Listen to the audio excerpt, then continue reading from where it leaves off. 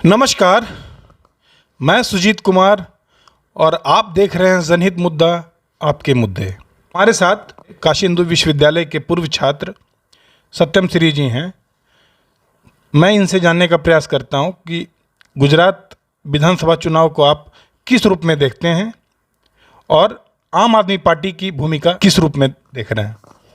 देखिए, ऐसा है कि चुनाव के बाद जो होना है वो तो जनता तय करेगी। चुनाव के पहले इतना हो गया कि वहाँ केजरीवाल की एंट्री ज़बरदस्त तरीके से हो गई। अब वो किसको नुकसान करेंगे, किसको फ़ायदा करेंगे, ये बात अलग है, या खुद फ़ायदे में रहेंगे, ये बात अलग है। वो वहाँ की जनता तय करेगी। हम आप इसी रूप में देखेंगे कि गुजरात, जहाँ आज पूरे देश में मोदी जी के नाम पे चुनाव लड़ा जा रहा है, वहाँ पे एक और नाम जुड़ गया है, अरविंद केजरीवाल। तो ये भारतीय लोकतंत्र की एक खूबसूरती है। आप इसको इस रूप में लेके चलिए। बाकी क्या अंतर आएगा, क्या प्रभाव पड़ेगा, किसका वोट कटेगा, किसका वोट जुटेगा, या फिर जो वोट जनता देगी वो निर्णायक वोट देगी किसी के पक्ष में, ये अलग मुद्दा हो जाएगा। वो चुनाव के बाद ही हम लोग तय कर पाएंगे। अभी का चुनाव देख करके यही लग रहा है कि वहाँ अरविंद केजरीवाल की एंट्री अच्छे तरीके से हो गई। मोरवी पुल दुर्घटना इस चुनाव पे क्या प्रभाव डालेगा? देखिए, ऐसा है कि मोरवी पुल दुर्घटना के पीछे जिसको मेन कारक माना जा रहा है, मैं नाम नहीं लेना चाहूँगा चूँकि विवाद का बात होता है, तो मैं यही बताऊँगा कि वो देश छोड़ के भाग चुके हैं। सबसे पहली बात, अब वो कैसे देश छोड़ के भाग चुके हैं, उनको भगाया गया है, ये तो नहीं बताया जा सकता। लेकिन एकाएक से पुल दुर्घटनाग्रस्त हुआ और जो जिम्मेवार व्यक्ति जिसको मेन रूप से माना जा रहा है वो देश छोड़ के भाग गया। तो ये तो एक मान लीजिए कि इस प्रश्न चिन्ह है केंद्र सरकार के ऊपर भी और राज्य सरकार के ऊपर भी। अब दोनों जगह पे बीजेपी केंद्र में भी है और राज्य में भी बीजेपी ही है। तो अब किस हिसाब में वो गए, ये तो बीजेपी जाने। मोदी जी का जादू चलेगा या नहीं? गुजरात है, मोदी जी को इतनी आसानी से गुजरात ने ही मोदी को मोदी बना दिया, तो ये तो नहीं बोला जा सकता कि मोदी जी का साथ वहाँ की जनता छोड़ देगी।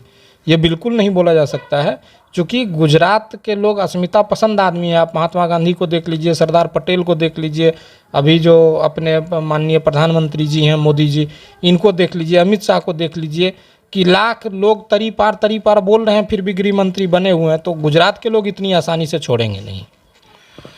चुनाव से पूर्व, कुछ दिन पूर्व से जो है वो गुजरात कैबिनेट को पूरा चेंज कर दिया गया था, तो इसका इस चुनाव पे क्या असर पड़ेगा? नहीं, अब ऐसा है कि वहाँ के जो पूर्व मुख्यमंत्री थे, कैबिनेट तो कैबिनेट ही रहा, ठीक है।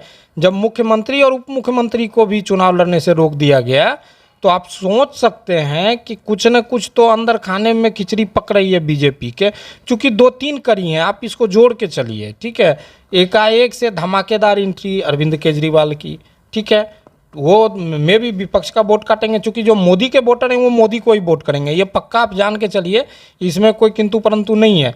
जहाँ किंतु परंतु का गुंजाइश था, वहाँ क्या किया कि अब अरविंद केजरीवाल की एंट्री है, अच्छी खासी एंट्री है। तो अब ये बीजेपी को नुकसान करेंगे कि कांग्रेस को नुकसान करेंगे? प्रथम दृष्टया सरसरी तौर पे तो ऐसा लग रहा है कि ये कांग्रेस को ही नुकसान करेंगे, क्योंकि विपक्ष वर्सेस सत्ता पक्ष का चुनाव है। तो ये विपक्ष से ही आए हैं, कोई सत्ता पक्ष के। ये ऐसा नहीं है कि बीजेपी गठबंधन पे कहीं पे उनकी सरकार है केजरीवाल जी की। तो कुछ ना कुछ तो है और वो असर तो डालेगा और पड़ भी रहा है। आपको रिजल्ट के बाद दिख भी जाएगा। चुनाव त्रिकोणीय दिख रहा है, तो इसमें फ़ायदा किस पार्टी को ज़्यादा दिख रहा है? नहीं, त्रिकोणीय होने से मेरे नज़र में तो बीजेपी को फ़ायदा है, सीधी सी बात है। क्योंकि मैं आपको पहले ही बताया कि सत्ता पक्ष वर्सेस विपक्ष है, ठीक है। और अरविंद केजरीवाल गुजरात के लिए विपक्ष हैं और केंद्र में भी विपक्ष हैं। तो निश्चित रूप से वो कांग्रेस के वोट में ही सेंधमारी होगी। और अंदर खाने से कांग्रेस के नेता भी बोल रहे हैं कि अरविंद केजरीवाल जी जो हैं, या आप पार्टी जो है, वो टीम बी है बीजेपी की। मैं नहीं बोल रहा, इसको आप मेरा राय मत समझिए। तो जब वहाँ के लोग खुद ही बोल रहे हैं, जब कांग्रेस के लोग खुद ही बोल रहे हैं, तो निश्चित रूप से वो कांग्रेस को नुकसान करेंगे। लेकिन अरविंद केजरीवाल की एंट्री बहुत मजबूती तौर पे दिख रहा है, तो वो आने वाला समय ही बताएगा कि ये चुनाव किस ओर ज़्यादा दिखेगा।